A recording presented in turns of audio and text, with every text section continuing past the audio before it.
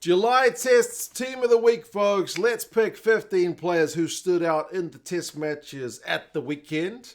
Go through some stats and what they were up to, and you guys can let us know your thoughts who your standout players were for what was a pretty epic weekend of test match rugby. Now, I should say before we start, I'm basically looking at the four kind of Sanzar countries who hosted France, who hosted Ireland, England, and Wales, but also Samoa, who hosted Italy, because those are the 5 games I watched. So apologies to Scotland and Canada fans and Georgia and Fiji fans. Sadly, I have not seen your games, but let's get started.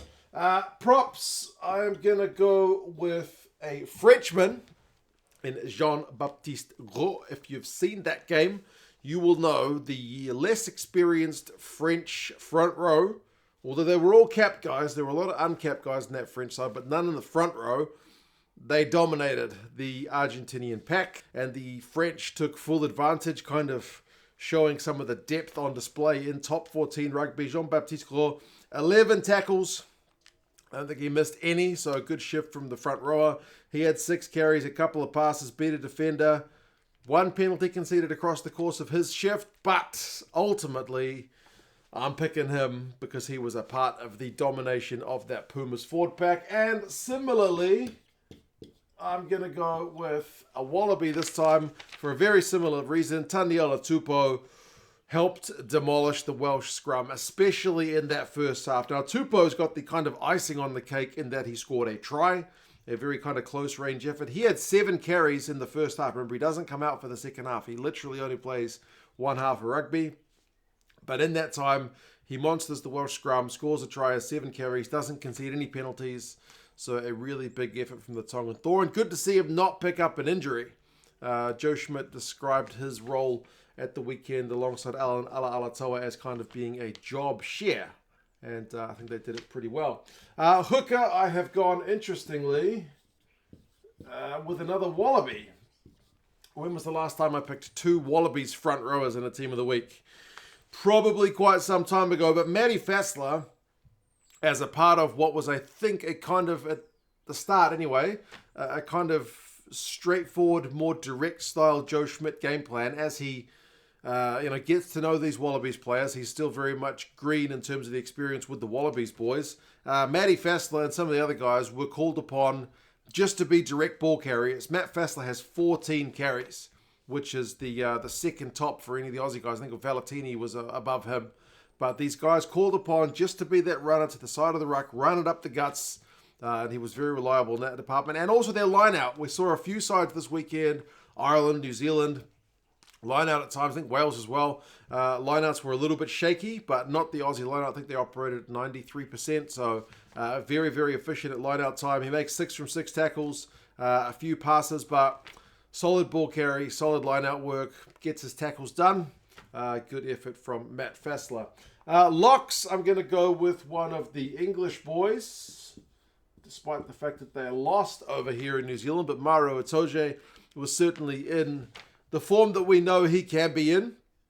And a key part from him is also he doesn't concede any penalties. He's got a reputation as being a guy who concedes a lot of penalties. Part of that comes from the fact that he's a very kind of defensive-minded player. But, I mean, this week he gets a try and doesn't concede any penalties. So it kind of maybe doesn't fit with his reputation. But he's usually like one of the top tacklers. He's a dominant tackler. He's a turnover guy. Like, if you're looking at his carry numbers, he's usually not right up there. But he gets a try, powers over from close range. He has 4 carries for 5 meters, which is about standard for Itoje in terms of his meterage per carry. But gets himself over the line. That's what he's there to do. But then the defensive shift is there as well. 13 from 14 tackles, 2 turnovers, 1. Wins 6 lineouts. Certainly helps disrupt the All Blacks lineout. And as I mentioned, no penalties conceded. The other lock I'm going to go with is another guy who is kind of renowned as a bit of a defensive powerhouse. And that is the South African Franco Mostert. Big defensive shift from him as well. Remember, he's one of the guys who gets replaced early on the second half as they replaced 1, 2, 3, 4, 5, and 6 in that Springbok pack. So he doesn't get as much time on the field. If he did, I think he would have had more tackles. But he's 12 from 13 tackles in the kind of game and a half or half and a half that he got, half and a little bit that he got. He would have certainly been right up there if he played the full 80. Second top tackler for South Africa in this game behind Pieter-Steph du Toit. He makes 7 carries. He makes 6 passes. He wins 4 lineouts. He doesn't concede any penalties. He is just an absolute workhorse player. And I love throwing some kind words his way because he is an absolute absolute unit for the Springboks, and it's pleasing to see him put in a good defensive shift on a way to a good victory for his boys. Now, speaking of Pieter-Steph du Toit, I have to put him here. Former World Player of the Year. He is the guy who top tackled in that game. He broke the 20 tackle mark, getting 20 from 22 tackles. Remember, he did play the full game, so he had more minutes to make those tackles, but not surprising in the least that Mostert and du Toit are your 2 top Springbok tacklers. Now, aside from just the defensive shift, we also saw Pieter-Steph get himself into a bit of space. He got himself a line break, chalked through some run meters as part of his kind of 9 carries and 10 passes. It's a good thing to see that Tony Brown influence maybe a little bit on the Springboks attacking play. It was looking pretty slick, and some of the loosies certainly, and the other forwards as well, getting involved a part of that. 3 lineouts, 1 from Pieter-Steph as well. Really, really impressive outing from the big man. And then open side flanker, I'm going to go with this guy, who you might not have seen if you were not watching the Samoan and Italian game, and I understand it wasn't broadcast in a heck of a lot of territories, but Isaiah Moore-Aiono played open side for Samoa. It was a late call-up. It was supposed to be Murphy Taramai. They called it Murphy Taramai when he went in to score his try, but it was Isaiah Moore-Aiono who was a kind of late replacement on his first international game for Samoa. Certainly one of the most outstanding guys in what was something of an upset win over the Italians. Remember, the Italians were high-flying coming into this one. He finishes the game with 11 from 13 tackles, his first equal for Samoan tacklers. He finishes with a turnover. He beats 4 defenders. He gets 45 run meters, which for a loose forward is cracking. He has a 13 carries, which is first equal for Samoa, and he caps it off with Samoa's first try of the game, where he makes the Italian defense look pretty silly as he kind of cuts through them like a hot knife through butter, but certainly getting a try, getting a turnover, being one of the top tacklers and top ball carriers for your side. Not a way to announce yourself at international level. And then I've gone with an Irishman at number 8 in Caelan Doris. Losing effort, obviously, for the Irish, but he still looks a good player even when they don't win. He has 15 carries, which is more than any Irishman in that shift. He makes 10 out of 10 tackles, and he's the top turnover merchant for that entire game. He finishes the game with 3 turnovers, 1, including a really crucial one right before halftime when the Springboks were just looking to put the squeeze on the Irish. Doris is able to snaffle that one, so the Irish can kind of go into the sheds at halftime before the Boks are able to kind of get more points on the board. So wins a couple of lineouts, has 7 passes. His involvements are always through the roof, and that was another one for Caelan Doris. I will go through some honourable mentions at the end, but let's get on to the backs, and I will go with a Frenchman who was captaining the side, inexperienced French side, Baptiste Serrant, number 9. Scored a worldie of a try. If you haven't seen it, certainly must have played football at some point in his career, because there's a line-out move where he just has a wee snipe, dinks the ball through, shows his footballing skills to dink it through a couple more times, gets early tackled without the ball by Matera. Like a football player, starts flailing his arms up as if to say, hey ref, I've just been fouled, but then still recovers from the flailing to score the try when he sees it's just there to be had. Cracking stuff. If you haven't seen it, well worth a watch from Serrant. Also kicked really well in a game which had a lot of kicking. He finishes with 4 tackles, 60 passes. Really, really busy effort from the French number 9. Controlled the show really well. Caps it off with the try. And I am going to go with another of the Samoan players for my number 10, in D'Angelo Luila. He's not really that much of a standard kind of number 10, but they chucked him at 10 for this one. He's usually in other positions around the back line, but put into the deep end at 10 up against the likes of Apollo Garbisi, who's got a pretty good reputation as being, one of the guys who's helped turn this Italian side around, but he looked the business, man. And 8 defenders beaten is insane for a 10 this week. Players were not getting anywhere near that kind of number of defenders beaten. Like some of the other guys I've got, like 3 defenders beaten, 3 defenders beaten, 1 defender beaten. 8 is nuts. So certainly putting his body on the line for Samoa. He kicks his goals, so he gets 13 points. He makes 5 tackles, 9 kicks from hand, 11 carries, and 8 passes. A real nice balance of kind of kick, run, pass. Really good effort. Pulled the strings for Samoa really well. Midfielders, I am going to go with another one of the French players. Could have ended up playing for Ireland, but ends up playing for France. Antoine Frisch certainly has a game to remember. He makes 15 tackles, which is the second most of any of the French players this week. I think just behind Gaetan. He wins a turnover. He beats a defender. He has a line break. He has 8 carries. Try-saving tackle as part of that shift as well. I think it's on Delguy in the corner. He puts him into touch and caps things off with a try. Certainly a debut to remember for Antoine Frisch as well. 28 years old, so we'll see how much he's able to get in terms of future caps, but he certainly looked the business in that one. A Springbok to accompany him, a more experienced guy in Jesse Creel. Boy, did he have a good game. Was he man of the match? I think he was. 11 carries from Jesse Creel, 3 line breaks, which is certainly, I think, among the most this week. Like, defenders beaten are usually easier to come by than line breaks, but Jesse gets 3 line breaks. He's got 5 passes, including one of those kind of key ones, which helps sets up the Arendse try when it's Leroux to Creel to Kolisi, and then Kolisi to Arendse. So he kind of helps set up a try. Sweet hands from the Springboks.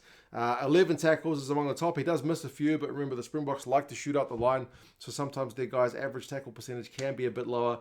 He's also got that one, I'm pretty sure they've credited him with 1 dominant tackle. I'm assuming it's that one right at the death where he smashes into, I forget who it was from Ireland, but basically causes a knock-on right on full time as Ireland are looking to kind of go length of the field. Yeah, great effort from Jesse Creel in that regard. Concedes 1 penalty, but overall very, very positive shift. Wings and fullback, I have gone with another Australian and Filippo Dalgunu. Scored another heck of a try. Also a kind of bizarre try if you haven't seen it. It didn't look to be that wet in Sydney, but Dalgunu literally slid, I think, about 4 meters backwards to score his try. He runs at an angle, puts the hammer down. As the Aussies have been going direct all night, he's one of the guys who decides to have a crack, kind of diagonal run off his wing. He scores on the right wing. He's playing left wing. Gets tackled right before the line, but is able to slide with the dewy surface 4 meters backwards. Gets his team a 5-pointer, which was a heck of a shift. He gets 74 meters overall, which is the second Wallaby in this outing. He has 11 carries, so really busy. Couple of tackles, doesn't miss any. Couple of kicks, wins a turnover. Really, really great to see him getting his Wallabies colours back on again. Right wing, you notice there's no All Blacks yet. I've gone with Sevu Reece. Sevu Reece back in All Blacks colours after missing out on much of last year with an injury. And he didn't miss a beat. Like, his Super Rugby form absolutely translated straight back into All Blacks form. 13 carries from Sevu Reece, certainly among the top of the ball carriers this weekend, really high for a winger. He gets a line break, which includes a try from a Damien McKenzie cross kick. That one's a nice finish from him. 43 meters, I think, is the second most for run meters for any of the All Blacks guys this week. Beats 3 defenders, which is high for this week. A couple of dominant tackles. They didn't show it. I had a look at the highlights. They didn't show his tackles on Fullback in the highlights. I'm sure both of these dominant tackles are the Fullback hits. Absolutely wallops him. Great defending from the winger. 6 passes and offload. Kicks a great 50-22. Wins a turnover. Did a little bit of everything. Did Sevu Reece. And then lastly, I'm going to go with the guy whose selection was a little bit kind of questioned by many of the rugby heads when Scott Robertson announced his first team. Stephen Perofeta at fullback. He does get pulled for Bodie this midway through the second half as they look to change the game to a kind of more kicking game. But Stephen Perofeta with the attacking option was really looking sharp. He's got more run meters than any All Black this game with 51.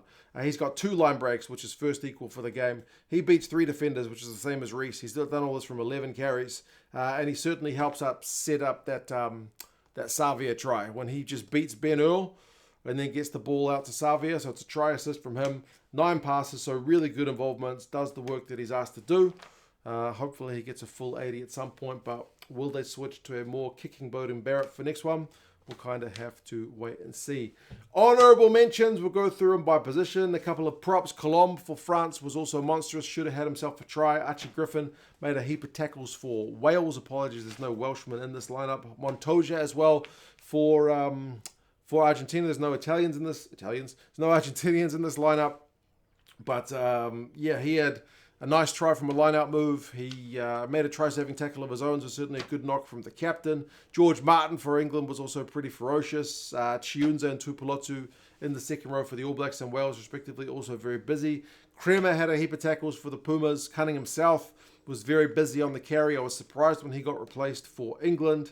Wainwright at number 8, Vincent at number 8, and Quokka Smith at number 8. I mean, Quokka dropped a couple of high balls, but barring that, was really busy around the park. Jake Gordon for the Wallabies was really good at number 9. Really high box kicks, and I think they look better. Likewise, Alex Mitchell for England. I think both those teams look better when they had their first choice 9 on the field.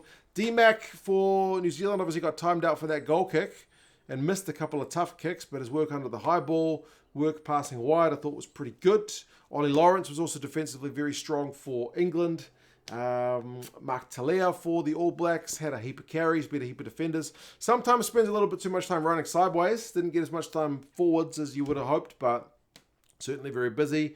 Maybe the biggest omission is Cheslin Colby on the right wing, or Atis Ogbe on the right wing for France and South Africa, respectively. Both those guys were cracking. The right wing was certainly the place to be. I feel like for wingers this week, more so than the left. Like Colby's try was a thing of beauty from that. James Lowe flicking the ball in from the touchline. And Atis Ogbe, a great debut for the teenager for France. And also, Tom Wright for the Wallabies. Like if you're looking for one moment, like he dropped a few balls in this game, but if you're looking for one key moment, him at fullback, that try was certainly the moment of that game. Also, Furbank really busy for England. But man, I could be here all day going through honourable mentions. You guys let us know your thoughts on who you would have in a team of the week. Let me know who the Scottish standouts were, because I haven't seen that game as yet. Romanians against the US, also didn't cover that one, but certainly you guys let us know your thoughts. If you want to watch these games back and you are in the States, they are on Flow Rugby. I'll put a link down to Flow in the description. They are an affiliate of the channel. You guys take care of yourselves. Subscribe if you haven't done so yet, and I'll talk to you guys again soon. See you later.